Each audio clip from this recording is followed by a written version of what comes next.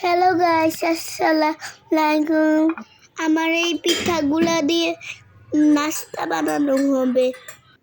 আমার আইনা মিষ্টি কুমড়া দিয়ে হালুয়া বানাবে।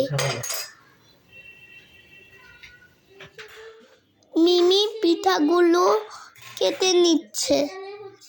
এই পিঠাটাকে এক এক জায়গায় এক এক জেলার মানুষ এক এক নামে চিনে, তাই আমি আর এখন নামটা বলছি না। তো এটা হচ্ছে মিষ্টিটা, যেটা গুড় দিয়ে করা হয়, সেটা বাসায় পড়েছিল। এর আগে এটার যে সাদা পিঠাটা হয় মিষ্টি ছাড়া, ওইটা দিয়ে ভাজি করে দেখিয়েছিলাম নাস্তা হিসেবে পেঁয়াজ মরিচ দিয়ে। তো এই মিষ্টি পিঠাটাকেও এখন ওইভাবে করা হবে। এটা নতুন একটা এক্সপেরিয়েন্স হবে, যেটা খেতে কেমন লাগে আমরা আসলে জানি না। অনেকগুলো পিঠা ছিল আর কি, তো এভাবে করলে হয়তো বা সবাই খেয়ে ফেলতে পারবে তাড়াতাড়ি, এর জন্য এটাকে এভাবে করা হচ্ছে।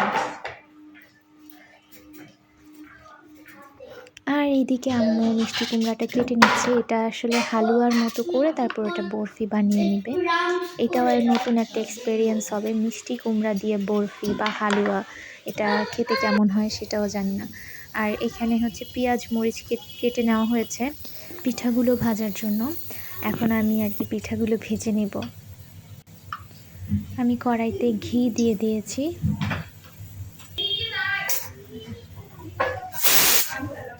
আমি এখানে পুরাটাই ঘিয়ের উপর ভাজা হবে, তেল ইউজ করব না। আমি এখন পেঁয়াজ দিয়ে দিয়েছি।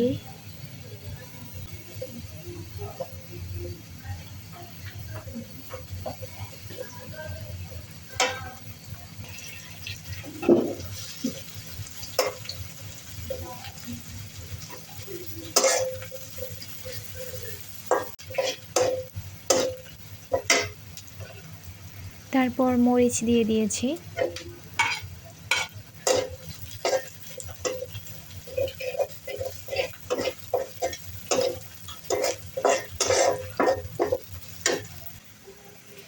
অল্প একটু লবণ দিলাম এখন।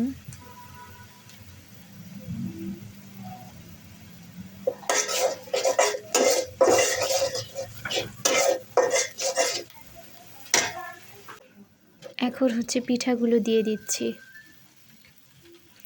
এটা হচ্ছে আমাদের আজকের সন্ধ্যার নাস্তা। এটাই খাবো আজকে সবাই, তারপর চা খাবো। আর এখানে আম্মু মিষ্টি কুমড়াটাকে সিদ্ধ করে নিয়েছে। এটা দিয়ে এখন হালুয়ার মতো করবে, তারপর বরফি আকারে কেটে নেবে। তাই আর এটাও হচ্ছে ঘিয়ের উপর করবে, তো আম্মু কড়াইতে ঘি দিয়ে দিয়েছে। এটা রেসিপি আর দিচ্ছি না, কারণ হচ্ছে রেসিপি দিলে ভিডিও অনেক বড় হয়ে যায়।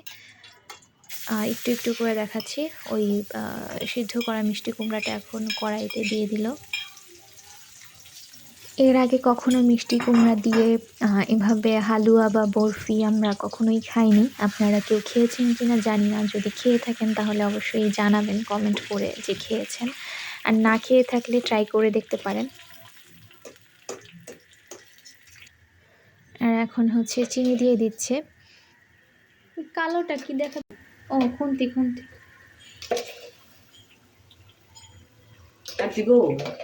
টেস্ট করতে হবে।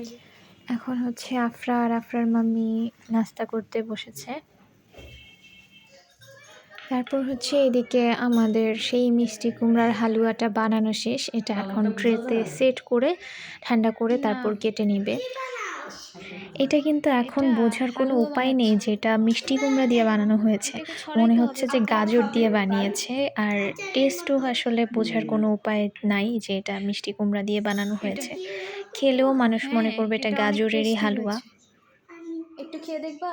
ঠান্ডা হোক না, আমি অল্প একটু দেই, ওরে ঠান্ডা হবে। আরে ঠান্ডা, আমি নিজে খেয়েছি না, আমি না ঠান্ডা না হলে আমি ধরতে পারতাম। দাঁড়াও, অনেক মজা হয়েছে, অনেক মজা। তাই না? আর এখানে দেখেন আফরা হচ্ছে আমার ল্যাপটপ নিয়ে উল্টাপাল্টা টাইপ করছে। যখনই আমি ল্যাপটপ বের করি ওকে দিতে হবে এরকম উল্টাপাল্টা টাইপ করার জন্য। আর এখানে এই যে একটা বাটন মিসিং দেখেন, এটা অনেক ছোট থাকতেই আফরা উঠিয়ে ফেলেছিল। এই হচ্ছে হালুয়াটার ফাইনাল লুক। এটাকে সুন্দর করে ডেকোরেশন করে কেটেছে। এটা ফ্রিজে ছিল কিছুক্ষণ, তারপর এটাকে কাটা হয়েছে। এতে মনে হচ্ছে পুরোই গাজরের হালুয়া বা বরফি। এটা অবশ্যই যারা এখনও খাননি তারা ট্রাই করবেন, এটা অনেক টেস্টি। আমি ল্যাপটপে কাজ করছিলাম, তো আম্মু এসে আমাকে দিয়ে গেল। ভিডিওটা এখানেই শেষ করছি।